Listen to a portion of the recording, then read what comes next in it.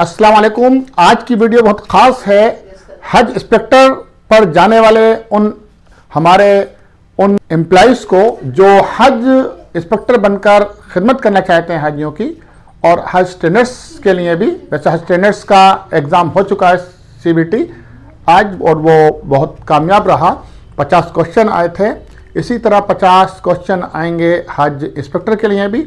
और ये टेस्ट अब पूरी तरह घर पर हुआ है। आप अपने मोबाइल या लैपटॉप या डेस्कटॉप से कर सकते हैं, जिसमें कैमरा लगा हो, ताकि आपको पूरे वॉच किया जा रहा था, ताकि कोई भी अगर आप किसी तरह की चीटिंग करते हैं तो उसमें आपको फेल कर दिया जाएगा। आप अपना एग्ज़ाम देना था, और ये इंग्लिश, उर्दू, हिंदी तीनों लैंग्वेज में था पेपर, जिसमें चाहे आप दे सकते थे। 1 घंटे का वक्त था। तो अब आइए SHI के लिए कुछ सवालात हमने पहले 2 जो सीरीज़ थी उसमें किए। अब हम कुछ टेक्निकल, लॉजिस्टिक्स और कुछ इमिग्रेशन से रिलेटेड सवाल आपको बताएंगे, कुछ जानकारी देंगे। हज पर जाने वाले आदमी ने हज के लिए क्या क्या चीज़ें ज़रूरी होती हैं, उन हाजियों को किस तरह का सामान ले जाना चाहिए, इमिग्रेशन में क्या क्या आपको बातों का ख्याल रखना चाहिए। देखिए, पहले तो आपके लिए जो चेक इन बैगेज होता है, यानी कि जो आप सामान ले जाते हैं, हर आदमी ने हज के लिए 2 बैग अलाउ होते हैं, यानी कि 2 वो सूटकेस ले जा सकते हैं जो 20-20 किलो के हो सकते हैं, यानी कि 40 से 45 किलो तक ले जा सकते हैं। चेक इन यानी कि अपने सामान में लगेज में रख सकते हैं। इसके अलावा वो 7 से 10 किलोग्राम का एक हैंड बैग रख सकते हैं, जो उनके साथ कैबिन में रहेगा, उनके साथ ही रहेगा। और जो 20-20 किलो के जो बैग हैं, सूटकेस हैं, वो उनसे ले लिए जाते हैं इमिग्रेशन के टाइम। तो उनका साइज़ क्या होना चाहिए? जो 20-20 किलो के जो सूटकेस हैं, उनका 75 लेंथ होनी चाहिए सेंटीमीटर, और 55 उनका जो है ऊंचाई होनी चाहिए, और 28 जो है उनकी हाइट होनी चाहिए। 28 हाइट होनी चाहिए, और उनकी जो चौड़ाई है वो 55 होनी चाहिए सेंटीमीटर। टोटल मिला के 158 यानी कि 158 सेंटीमीटर का पूरा वो बैग होना चाहिए, और जिसमें आपको 20 से 25 किलो तक एक बैग में रखना है। इसी तरह दूसरे बैग का भी साइज ऐसा होना चाहिए, इससे ज़्यादा नहीं होना चाहिए। 75 प्लस 55 प्लस 28 यानी कि 75 उसकी ऊंचाई यानी कि लंबाई, और उसकी ऊंचाई जो है सूटकेस की वो 28 होनी चाहिए, और 55 जो है उसकी चौड़ाई। और इसी तरह जो आपका हैंडबैग होगा, उसकी जो लंबाई है वो 55 सेंटीमीटर होनी चाहिए, और 40 सेंटीमीटर उसकी जो है वो चौड़ाई होनी चाहिए, और 23 सेंटीमीटर उसकी जो है ऊंचाई होनी चाहिए। इससे ज़्यादा नहीं होनी चाहिए, यानी कि टोटल 118 सेंटीमीटर का हैंडबैग होना चाहिए। इसी के बीच में होना चाहिए, इससे ज़्यादा नहीं होना चाहिए।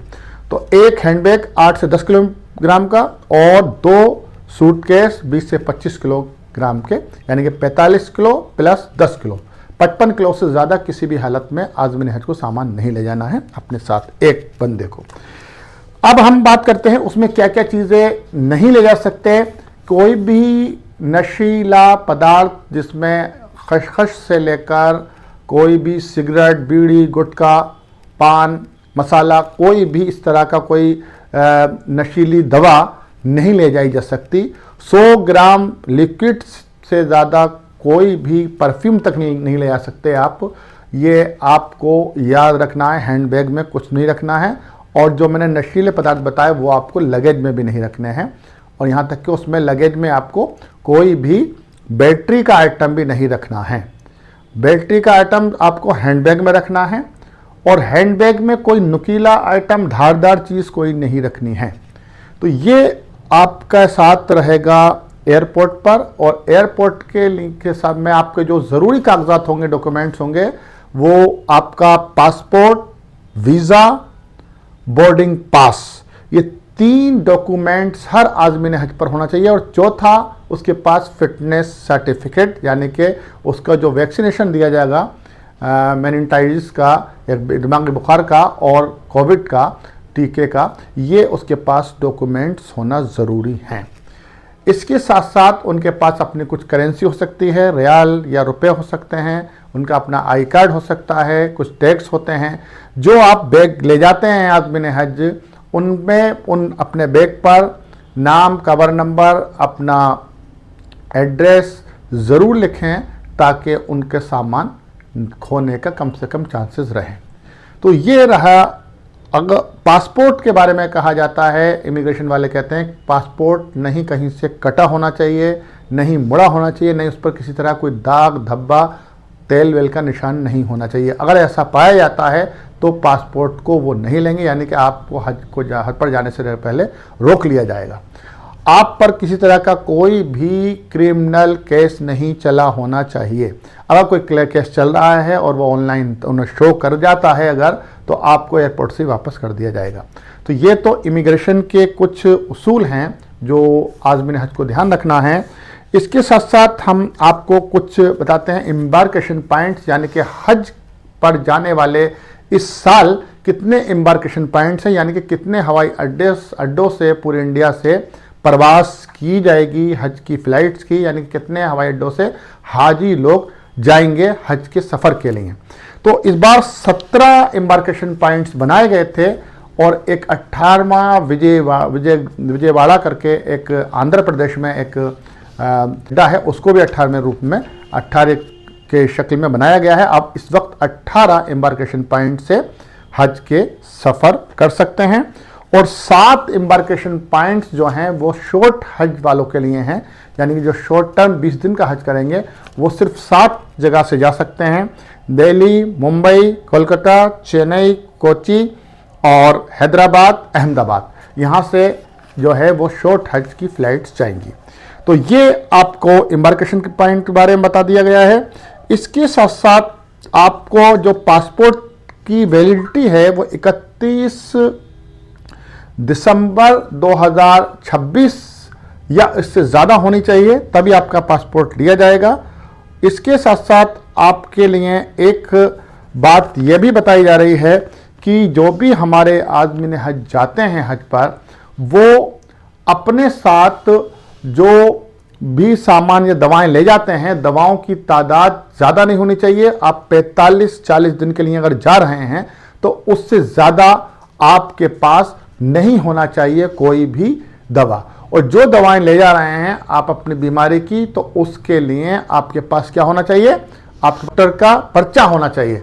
नहीं है, अगर डॉक्टर का पर्चा, ट्रीटमेंट कार्ड नहीं है तो दवाओं को आपको ज़्यादा से रोका जा सकता है। दवाओं में भी ऐसी कोई दवा नहीं हो जो नशीली हो, कोई ऐसी दवा नहीं हो जिसको सऊदी गवर्नमेंट ने बैन कर रखा हो। इन बातों का ख्याल रखना है और आपको इस बात का भी ख्याल रखना है जो भी आज़मीन हज जा रहे हैं वो कोई भी ऐसी बीमारी उनको ना होनी चाहिए जिसका कोई ऑपरेशन फ़िलहाल में होने वाला हो, या उनको कैंसर के मरीज़ ऐसे हों जो उनको कीमोथेरेपी दी जा रही हो, या फिर ऐसा कोई मरीज़ हो जिसको डायलिसिस पर चल रहा हो, या ऐसा मरीज़ हो जिसका कोई अटैक हुआ हो, उसका डॉक्टर ने जो है ऑपरेशन बता दिया हो या एंजियोप्लास्टी बता दी हो। ऐसे मरीज़ों को भी हज पर इस बार नहीं बुलाया जा रहा है। तो इन बातों का ख्याल रखना है और हमारे आज़मीन हज को कम से कम एक हफ्ते पहले अपनी सभी ज़रूरतों को पूरा करके हज की जो भी उनके पास डेट आएगी 2 दिन पहले उनको जो है रिपोर्ट करनी होती है। फिर 1 दिन पहले उनको अपना 24 घंटे पहले फ़्लाइट से अपना visa, passport, boarding pass collect करना होता है उस एम्बार्केशन पॉइंट से जहां से उनकी फ़्लाइट होने जा रही है। ये भी ख्याल रखना है आपको ये भी जानकारी होनी चाहिए कि हज कमेटी ऑफ इंडिया में पूरा हाजियों का जो पूरा इंतज़ामात हैं, यानी कि उनका चयन करना है, उनका कुर्रा अंदाज़ी है, उनका फॉर्म भरवाना है, उनका कलेक्ट पैसा लेना है, उनका पूरा अरेंजमेंट करती है इंडिया में। और फिर ये पूरी जिम्मेदारी सौंप दी जाती है कौंसलेट जनरल ऑफ इंडिया को, जद्दा को।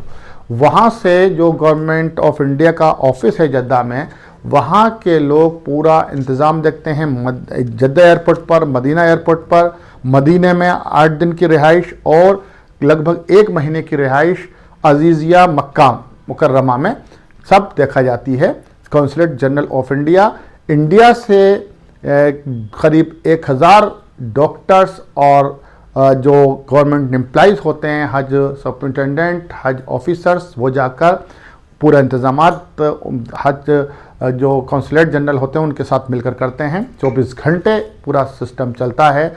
वहाँ पर अजीज़िया में, अजीज़िया से मक्का के लिए ट्रांसपोर्टेशन का पूरा इंतज़ाम करती हैं इंडियन हज मिशन ही, यानी कि कौंसलेट जनरल ऑफ इंडिया ही। उसका पूरे बस स्टॉप बनाए जाते हैं, 15-16 करीब ब्रांचेस बनते हैं, ऑफिस बनते हैं 15-16। इसके साथ साथ 30 बेड का, 40 बेड का, 10 बेड के हॉस्पिटल बनाए जाते हैं मक्का में भी और मदीने में भी। इसके साथ साथ हज के जो 5 दिन होते हैं, जो मशायर का एरिया कहलाता है जहाँ पर हज किया जाता है, वहाँ पर भी हज ऑफिस भी बनता है, हॉस्पिटल भी बनता है और हज मिशन के लोग वहाँ पर ड्यूटी भी देते हैं और हज इंस्पेक्टर भी उनके साथ मिलकर उनकी मदद करते हैं।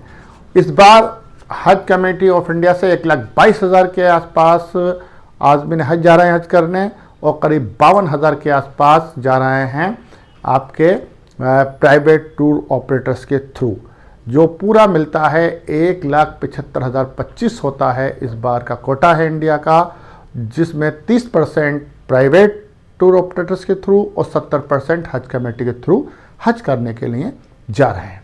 तो ये आपको सरसरी और ख़ास जानकारी देनी थी ताकि आपको पता हो कि हज का पूरा सिस्टम कैसे चलने वाला है। फ़्लाइट जो हैं अप्रैल के लास्ट वीक से शुरू हो जाएंगी रवानगी की, और वापसी की जून में शुरू हो जाएंगी फ़्लाइट। और इस तरह के पूरा हज 2026 की तैयारियां पूरी ज़ोरों पर हैं।